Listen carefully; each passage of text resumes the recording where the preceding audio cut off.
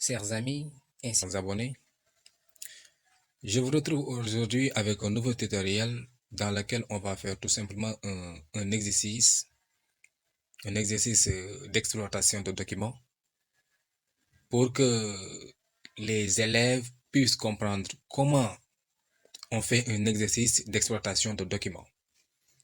Dans la vidéo précédente, j'avais fait un exercice de maîtrise des connaissances, c'est-à-dire restitution organisée des connaissances, qui portait tout simplement sur la naissance et la propagation de l'influx. Maintenant, aujourd'hui, on va faire un exercice d'exploitation de documents. N'est-ce pas? Maintenant, je vous dis, ou même je vous demande, si vous n'êtes pas encore abonné à ma chaîne, veuillez cliquer sur le bouton s'abonner et activer la cloche pour ne pas manquer les autres cours qui vont venir après et même les autres exercices. D'accord. Maintenant, on commence. Et voilà l'exercice. On va lire l'exercice intégralement. Exploitation de documents. Pour étudier la transmission de l'influx nerveux aux muscles, on observe une coupe ultra fine d'une portion de la jonction neuromusculaire au microscope électronique. Document 1. On nous demande premièrement de titrer et annoter soigneusement le document 1. Et voici le document 1. Maintenant, on va relire. Pour étudier la transmission de l'influx nerveux aux muscles, on observe une coupe ultra fine d'une portion de la jonction neuromusculaire. Donc, c'est une synapse. Une synapse neuromusculaire, c'est-à-dire la jonction entre un neurone et un muscle. Observez maintenant au microscope électronique. C'est ça le document 1. On continue, on va lire le sujet intégralement. Maintenant, après l'annotation du document 1, on nous dit pour analyser le mécanisme de cette transmission, on enregistre les différences de potentiel à l'aide de deux oscillographes O1 et O2, reliés chacun à deux électrodes. Une microélectrode étant implantée dans la fibre musculaire, l'autre étant à la surface de la fibre. Et voilà l'expérience, n'est-ce pas? On continue. Expérience A. On provoque un choc électrique isolé sur la fibre nerveuse. On obtient les enregistrements du document 2 et on observe une contraction de toute fibre musculaire. C'est ça, document 2. Enregistrement O1, enregistrement O2.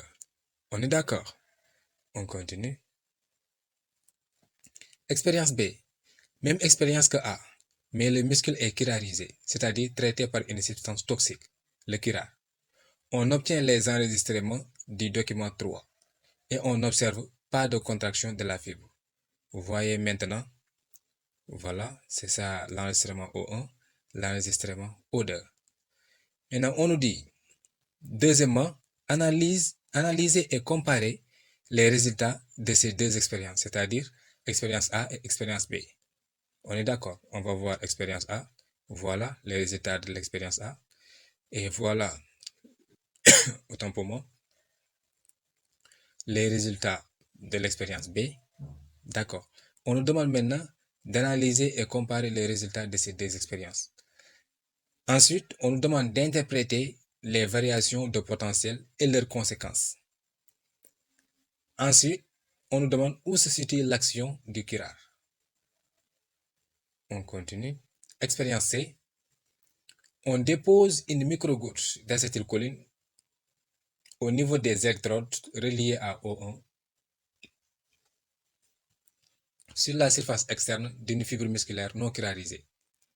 On obtient une perturbation identique à celle de l'enregistrement O1 du document 2. Petit 5, on nous dit, que pensez-vous de l'action de l'acétylcholine dans ce cas précis?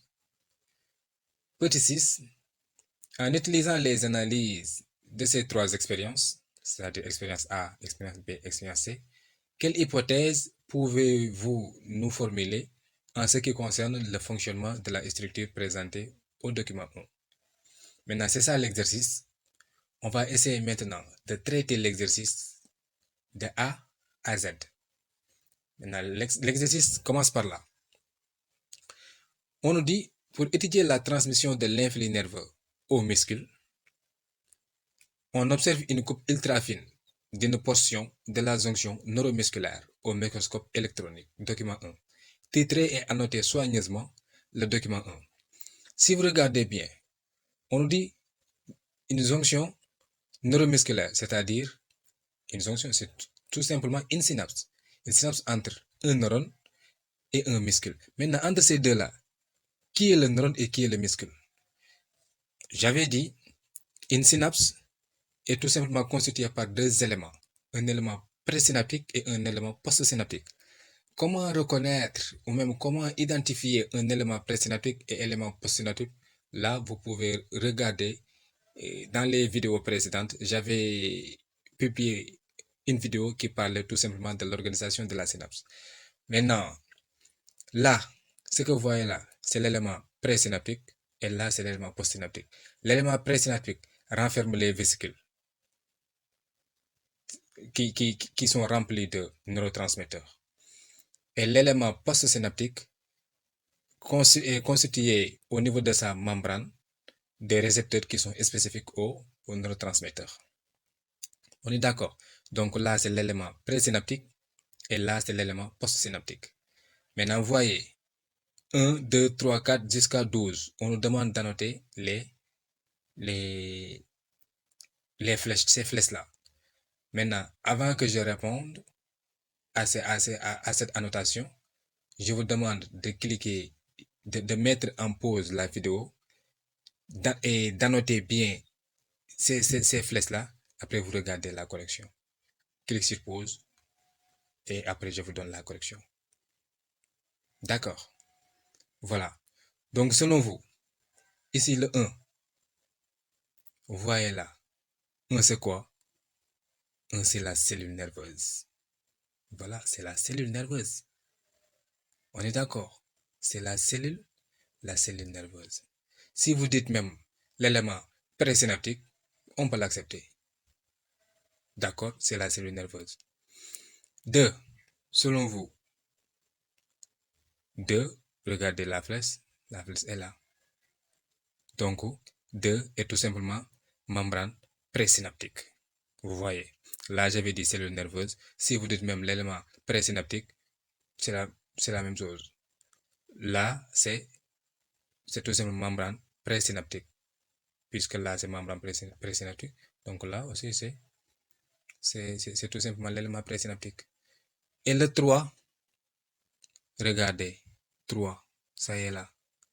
Donc 3, c'est tout simplement vésicule d'acétylcholine. Ici, on fait allusion au neurotransmetteur là. Ce neurotransmetteur là est tout simplement d'acétylcholine. On est d'accord, c'est de l'acétylcholine. Si vous dites neurotransmetteur aussi, c'est bon. Si vous dites l'acétylcholine aussi, c'est bon. 3, donc, c'est acétylcholine. 4, selon vous, regardez. 4, c'est vésicule en exocytose. Si vous vous rappelez bien, vous avez dit que une fois que le CA2+ entre au niveau de l'élément présynaptique, on observe une libération des neurotransmetteurs par exocytose. Donc là, c'est tout simplement vésicule en exocytose. 4, c'est vésicule en exocytose. 5, regardez là. Le 5 est là. Donc le 5, c'est cytoplasme de la cellule musculaire. Là, c'est la cellule musculaire. Là, c'est le neurone. Là, c'est le muscle. Donc ici, 5, c'est le cytoplasme de la cellule musculaire. 6. 6, regardez, si vous comprenez le 2, vous allez comprendre le 6. 6, c'est l'élément, c'est membrane postsynaptique. Vous voyez, membrane postsynaptique de membrane présynaptique. 6, membrane postsynaptique. 7. 7, si vous avez fait la première, vous allez comprendre que 7, c'est tout simplement les mitochondries. Et d'accord. 8, regardez, 8, c'est là, l'espace entre l'élément présynaptique et postsynaptique. Donc 8, c'est tout simplement l'espace fente synaptique. On est d'accord.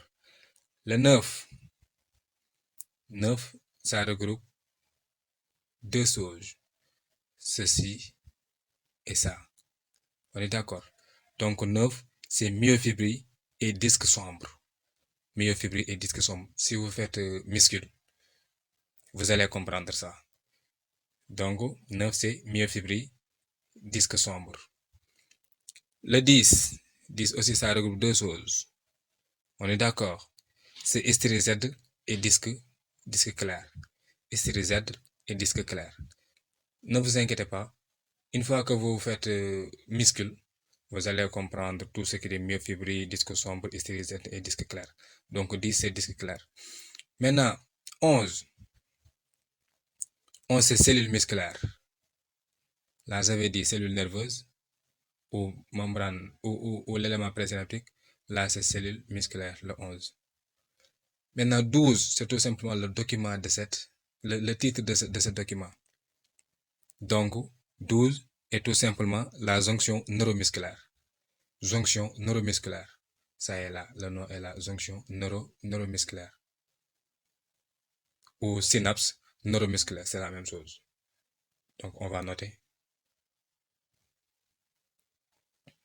Voilà, on va noter, corriger pour la première question.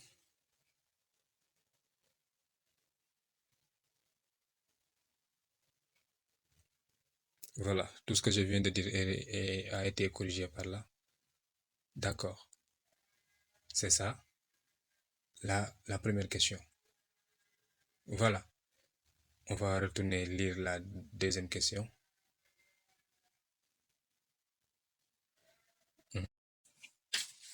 De cette transmission, c'est-à-dire le document 2, on avait dit que c'était une jonction neuromusculaire. Donc il y a un mécanisme, n'est-ce pas? Maintenant, on nous dit pour analyser le mécanisme de cette transmission, on enregistre les différences de potentiel à l'aide de deux oscillographes, O1 et O2, reliés chacun à deux électrodes, c'est-à-dire O1 et O2 sont reliés chacun à deux électrodes. Une microélectrode étant implantée dans la fibre musculaire, l'autre étant à la surface de cette fibre. Là, ce que vous voyez là c'est la fibre. On est d'accord. Là, ce sont les oscillographes O1 et O2. Chaque oscillographe a deux électrodes. Une microélectrode étant implantée dans la fibre, ça, c'est la microélectrode, n'est-ce pas? Et l'autre étant à la surface. D'accord? Là aussi, cette microélectrode-là est implantée dans la fibre. L'autre est à la surface. Ici aussi, l'autre est à la surface, n'est-ce pas? Maintenant, on nous dit que là, c'est la fibre musculaire. O1, O2 sont des oscillographes. On est d'accord? Maintenant, regardez bien. Là, c'est la fibre nerveuse. On est d'accord? Maintenant, les deux oscillographes ont une distance de 1 cm. Maintenant, regardez. Une microélectrode est à l'intérieur ici, et là, une microélectrode est à l'intérieur. Les deux autres électrodes sont à la surface. Là, c'est la surface. Maintenant, regardez au niveau de O1. Cette électrode-là est implantée juste au niveau de la surface. Mais regardez, là, on a une fibre nerveuse. Là, on a une fibre musculaire. Donc, cette fibre musculaire-là et cette fibre nerveuse-là font une synapse. Regardez bien, il y a un espace ici qu'on appelle fente synaptique. Regardez bien pour ne pas faire d'erreur. Cette électrode-là est juste implantée au niveau de l'espace qui sépare tout simplement la fibre nerveuse et la fibre musculaire. Donc, c'est une synapse ici. À ne pas oublier.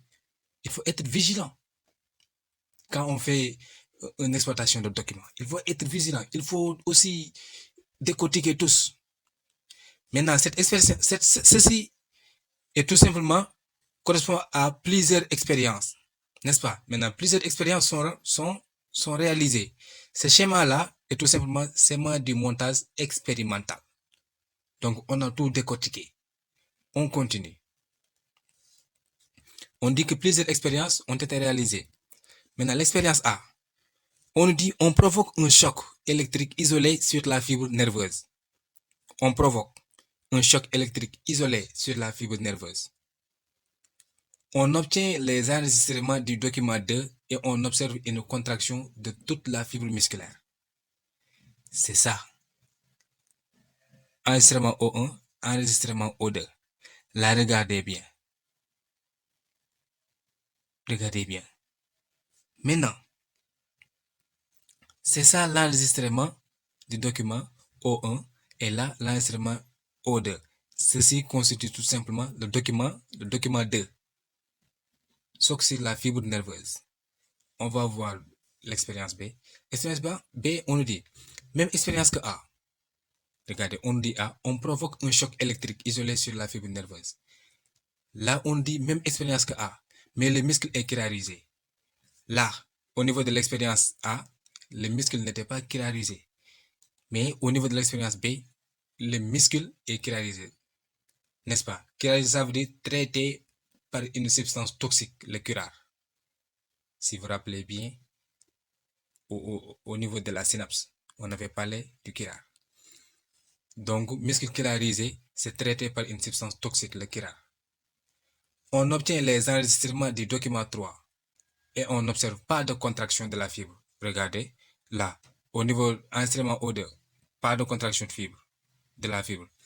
Aussi, ici, on a une petite contraction du fibre, mais ce n'est pas beaucoup. Maintenant, c'est le document 3. On nous dit choc sur la fibre nerveuse muscle chiralisé. On est d'accord?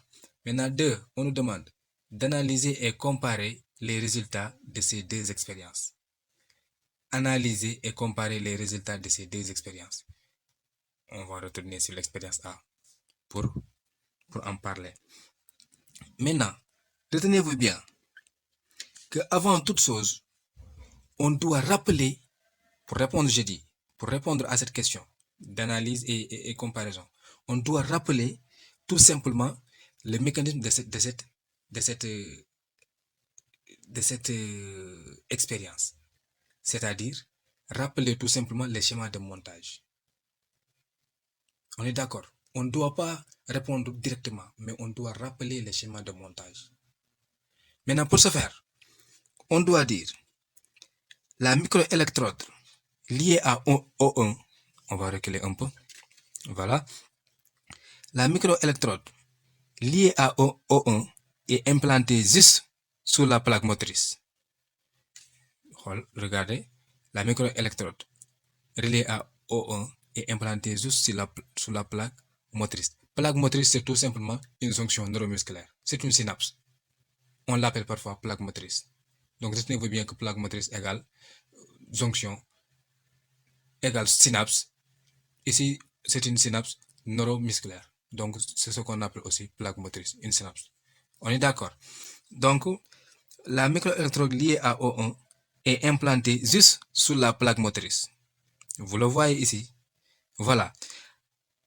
Ensuite, la microélectrode liée à O2 est implantée dans le cytoplasme de la cellule. Donc ici, la microélectrode liée à O1 est implantée juste au niveau de la plaque motrice. À O2, la microélectrode reliée à O2 est implantée dans le cytoplasme de la cellule musculaire. On est d'accord? Ça est là. Voilà. C'est bon? Ça est là. Vous voyez, ici c'est à l'intérieur, au niveau du cytoplasme, là au niveau de la plaque motrice. On est d'accord? Donc, on peut dire que la microélectrode liée à O2 est implantée dans le cytoplasme de la cellule musculaire, loin de la plaque motrice. C'est loin de la plaque motrice. On est d'accord? Loin de la plaque motrice. Là, c'est la plaque motrice. Cette microélectrode-là est loin de la plaque motrice. C'est ça. Il y a une distance de 1 cm au moins. On est d'accord? Voilà, on continue. Donc, on va rappeler l'expérience A. On va analyser l'expérience A.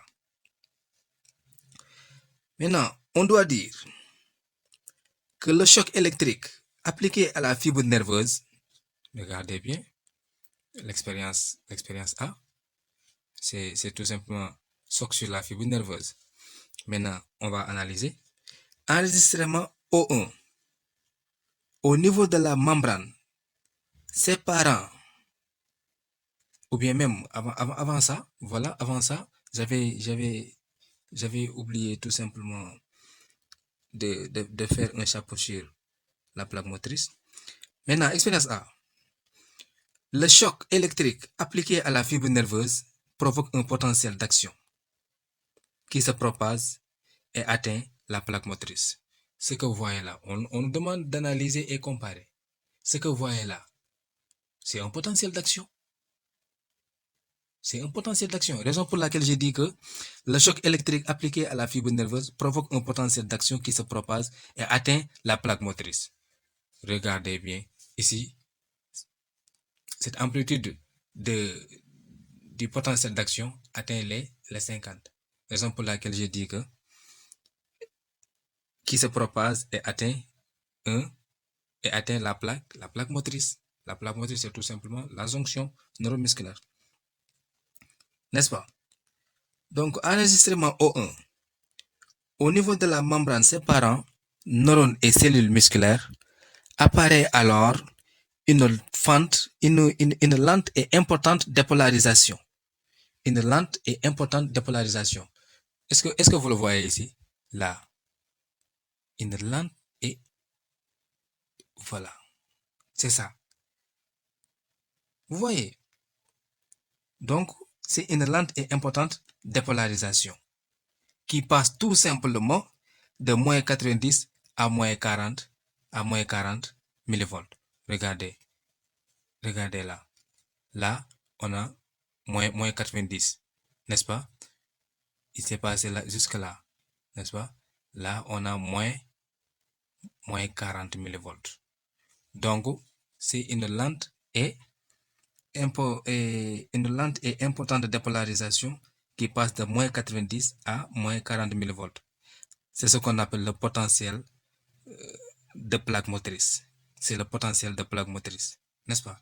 À ce moment, on constate l'existence d'un pic très court atteignant plus 10 millivolts. C'est le potentiel d'action musculaire. Regardez là. Regardez. Une fois que cette dépolarisation est à moins 40, on observe encore un pic. C'est ça le pic. Voilà, c'est ça le pic. On est d'accord?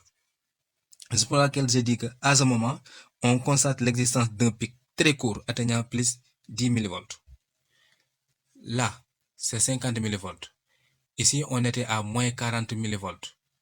Il est venu jusqu'à plus 50 millivolts. Donc, moins 40 millivolts plus 50 millivolts est égal à plus 10 millivolts.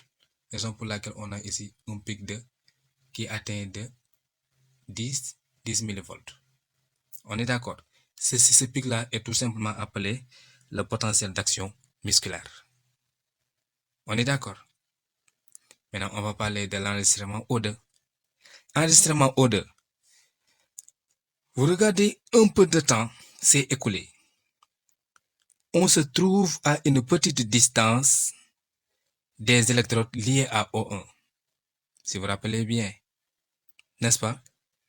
Le phénomène électrique est limité à un pic. C'est le potentiel musculaire. Ici, on a tout simplement un pic.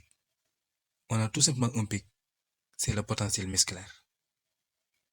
Là, on avait un potentiel musculaire. Là, un potentiel de plaque motrice. Là, potentiel musculaire. Là, on a tout simplement un potentiel musculaire. On est d'accord? C'est le potentiel, c'est le phénomène électrique qui est limité ici à un pic. C'est le potentiel d'action musculaire en train de se propager. C'est-à-dire, là, on avait un potentiel de plaque, potentiel d'action de plaque motrice. Là, ce pic-là est tout simplement appelé le potentiel d'action musculaire. Là, attends, on va reculer. Voilà. il y a une distance entre les deux oscilloscopes. On est d'accord? Là, au niveau de l'enseignement O1, on avait tout simplement un potentiel d'action du plaque motrice. Ensuite, un pic de potentiel d'action musculaire. Maintenant, à O2, on a aussi un pic, tout simplement. C'est le pic qu'on observait là qui se propage jusque-là. C'est ce que ça signifie. Regardez, ici on a un pic, c'est le pic qui se propage jusque ici, raison pour laquelle on a enregistré aussi un pic. C'est tout simplement le potentiel d'action musculaire qui est en train de se propager le long de la cellule musculaire. La contraction musculaire est la preuve de l'efficacité de son potentiel d'action. On est d'accord? Maintenant, on va voir l'expérience B. Après, on va écrire. Vous allez comprendre. On va prendre note. Ça ne vous inquiétez pas. Voilà. L'expérience B. Même expérience que A, mais le muscle est chiralisé. J'avais dit que c'est une muscle traité par une substance toxique, le chiral. On obtient les enregistrements du document 3 et voilà. Maintenant, on demande d'enregistrer aussi, on demande d'analyser et comparer les résultats B aussi. D'accord. Maintenant, l'expérience B. L'expérience est la même, mais le muscle est chiralisé. Tu vois, je rappelle ça. Avant de répondre, je rappelle ça. L'expérience est la même, mais le muscle est chiralisé. Enregistrement O1. Là. Il existe un potentiel de plaque. Il existe un potentiel de plaque motrice, mais il est d'amplitude réduite. Et le pic, c'est-à-dire le potentiel d'action musculaire, est absent. Est-ce que ici vous avez vu un pic? Donc le potentiel d'action musculaire est absent. Là, c'est ce qu'on voit. Ceci est tout simplement un potentiel de plaque, mais il est d'amplitude réduite. Amplitude réduite, vous voyez? Voilà. C'est différent avec l'expérience A. On est d'accord? Donc, le pic est absent ici. Tout se passe comme si la dépolarisation initiale n'avait pas été assez importante pour ouvrir les canaux ioniques et permettre la création du potentiel d'action. Ici, pourquoi on n'a pas le pic? Vous voyez que le pic est absent ici. Pourquoi on n'a pas le pic? Tout se passe comme si la dépolarisation initiale, cette dépolarisation-là, n'avait pas été assez importante pour ouvrir les canaux ioniques et permettre la création du potentiel d'action musculaire. Raison pour laquelle ici on n'a pas un potentiel d'action. Pourquoi? Parce que cette dépolarisation n'était pas assez importante. On est d'accord? Voilà. Enregistrement O2. Il est plat et traduit l'absence de potentiel d'action musculaire propagé. Ici, puisqu'on n'a pas de pic, là, on ne peut pas avoir un potentiel d'action qui se propage. Parce que là, cette dépolarisation-là n'était pas assez importante pour ouvrir les canaux pour qu'on puisse avoir un potentiel d'action musculaire. Puisque le potentiel d'action musculaire est absent ici, ça ne peut pas propager jusqu'à O2. Raison pour laquelle ici, on a un trait. On est d'accord? Donc, ce qui est encore confirmé par la contraction de la fibre. Donc, retenez-vous bien que enregistrement O2, il est plat et traduit l'absence de potentiel d'action musculaire propagé, ce qui est encore confirmé par la non-contraction de la fibre. C'est ça l'analyse et comparaison de ces deux. Maintenant, on va prendre note. Vous allez comprendre. C'était ça la première question. On a répondu à cette question. Maintenant, on va tout simplement écrire l'analyse et la comparaison de ces deux expériences. Voilà, c'est ça. Vous regardez. Voilà, on continue. Ça, c'est la correction, hein? L'analyse et la comparaison. À la fin, je vous expliquerai comment faire pour télécharger le fichier PDF qui regroupe l'exercice et la correction. Comme ça, en bas de l'exercice, en bas de la vidéo, Au niveau de la description de la vidéo, il y a un lien qui vous permettra de télécharger l'exercice et la correction. On est d'accord? Voilà. Expérience P. Ça, c'est l'analyse et la comparaison de l'expérience P.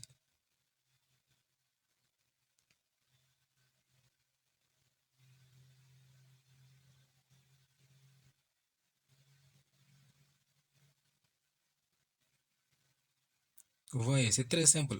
C'est très simple. À chaque fois, je rappelle l'expérience. À chaque fois, je rappelle avant de répondre. On est d'accord? Voilà. Il faut toujours rappeler les faits, quoi. Avant de dire quoi que ce soit. Contraction de la fibre. Voilà. Donc, c'est ça l'analyse et la comparaison de...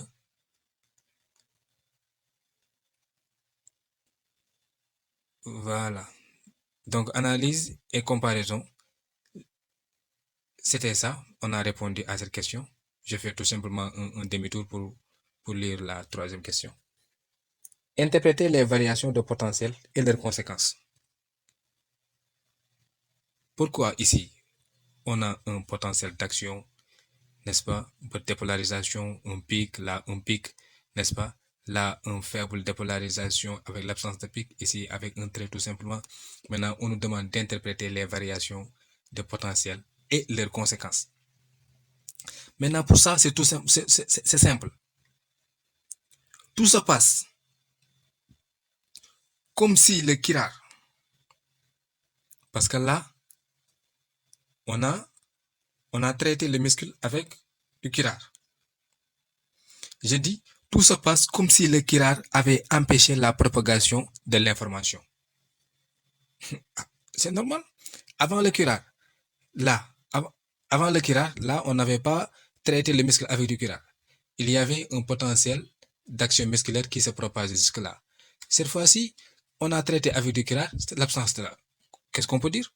Tout se passe comme si que le kirar avait empêché la propagation de l'information de la cellule présynaptique à la cellule postsynaptique. On sait que cette information est chimique, parce que c'est de libération de l'acétylcholine. On sait que cette information est chimique et que des molécules, c'est-à-dire l'acétylcholine, émises par la cellule présynaptique, doivent être captées par des récepteurs membranaires spécialisés. C'est-à-dire, une fois que les neurotransmetteurs quittent l'élément présynaptique, il doit se fixer sur les récepteurs qui se trouvent au niveau de l'élément postsynaptique, mais qui sont spécialisés. On est d'accord? La molécule de kirar mime la molécule d'acétylcholine et peut ainsi prendre sa place.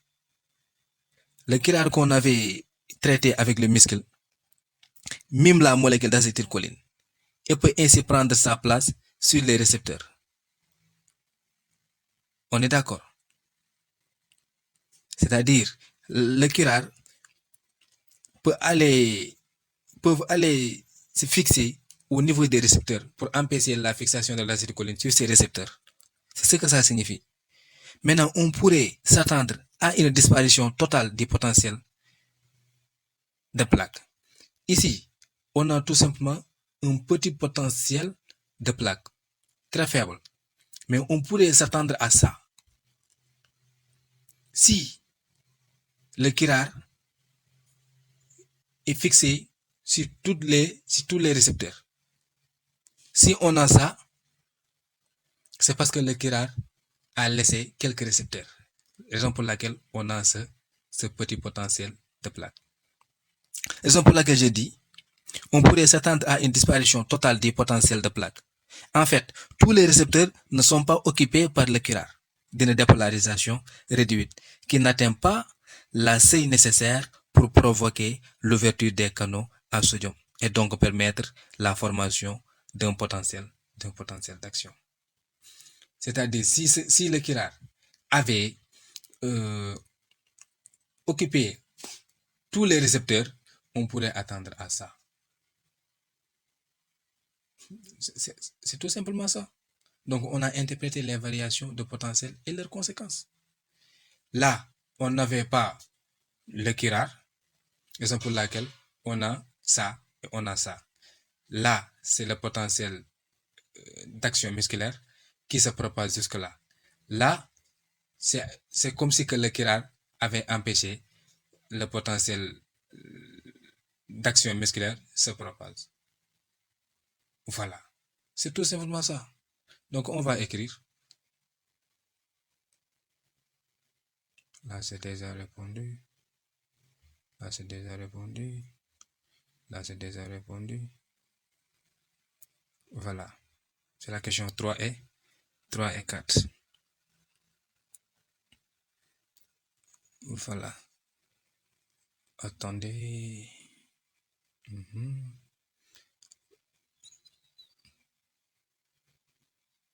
Voilà. Là, j'ai regroupé la réponse 3 et 4. Interpréter les variations de potentiel et leurs conséquences. Ensuite, où se situe l'action du Kirar. J'ai regroupé les deux questions. Je l'ai répondu ici. On va voir. Là, c'est la réponse 2.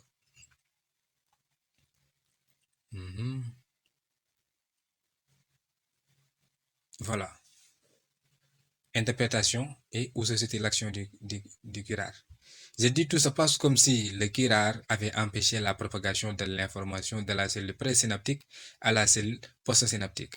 On sait que cette information est chimique et que des molécules acétylcholine émises par la cellule présynaptique doivent être captées par les récepteurs membranaires spécialisés.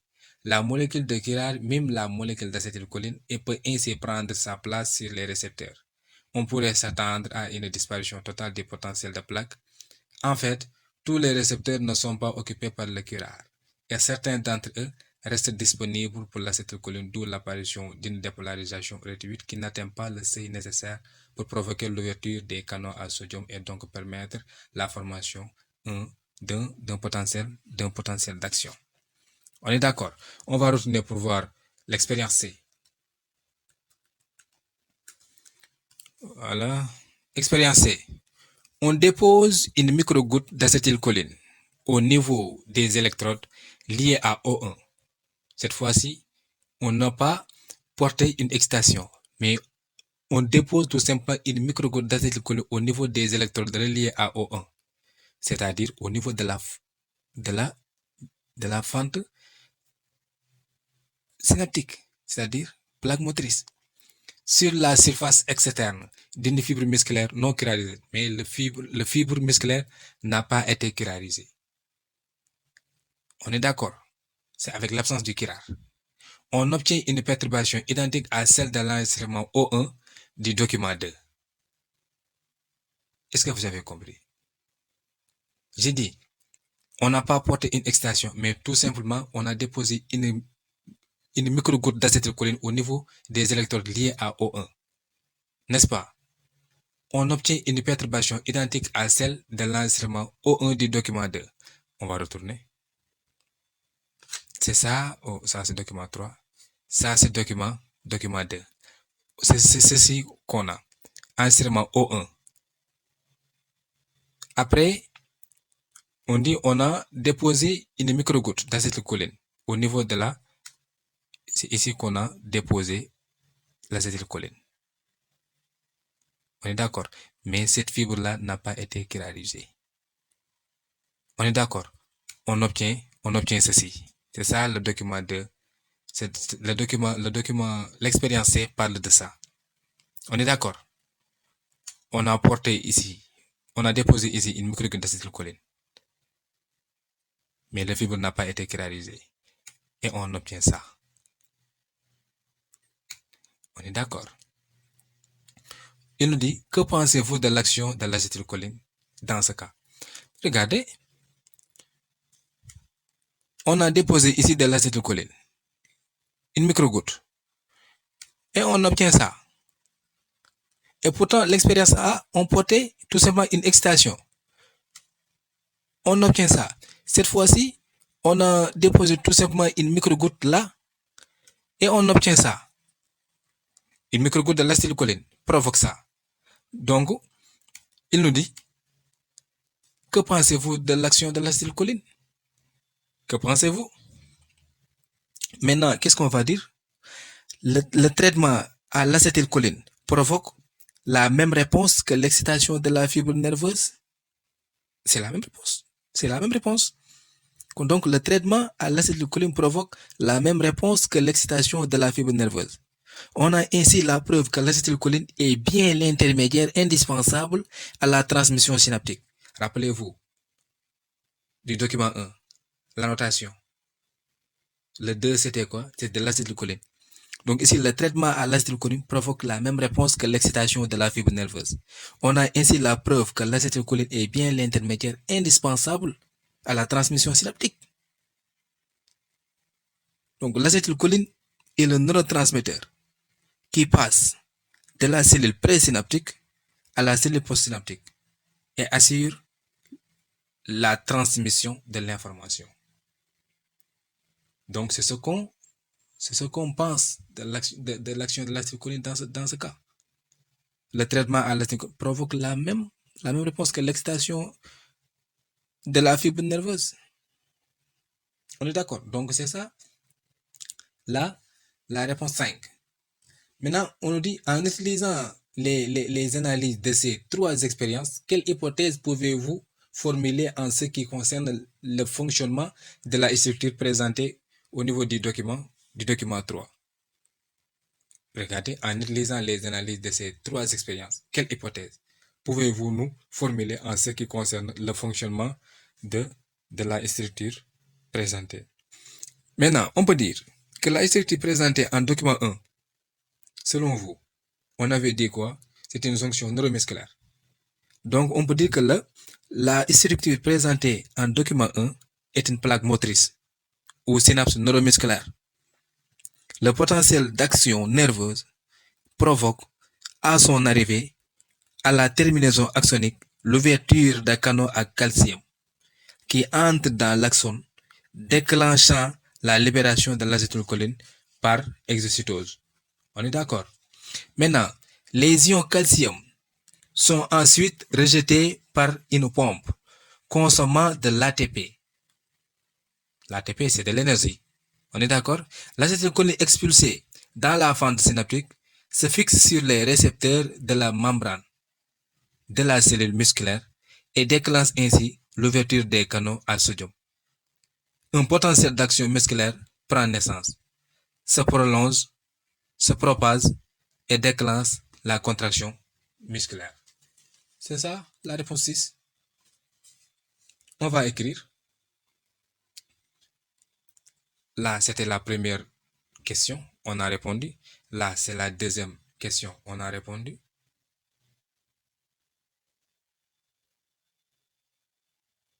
Jusque-là. Là, c'est la question 3 et 4, on a répondu. C'est la réponse de la question 3 et 4. Là, c'est expérience C. 5, c'est ça sa réponse. On est d'accord. Et la dernière réponse, c'est ça. Donc, comme je le disais tantôt, on a tout répondu. Pour télécharger l'exercice sous format PDF avec la correction, vous pouvez regarder en bas au niveau de la description de la vidéo. Il y a un lien. Si vous cliquez sur ce lien, vous allez directement télécharger l'exercice et la correction sous format PDF. On est d'accord? Je vous remercie.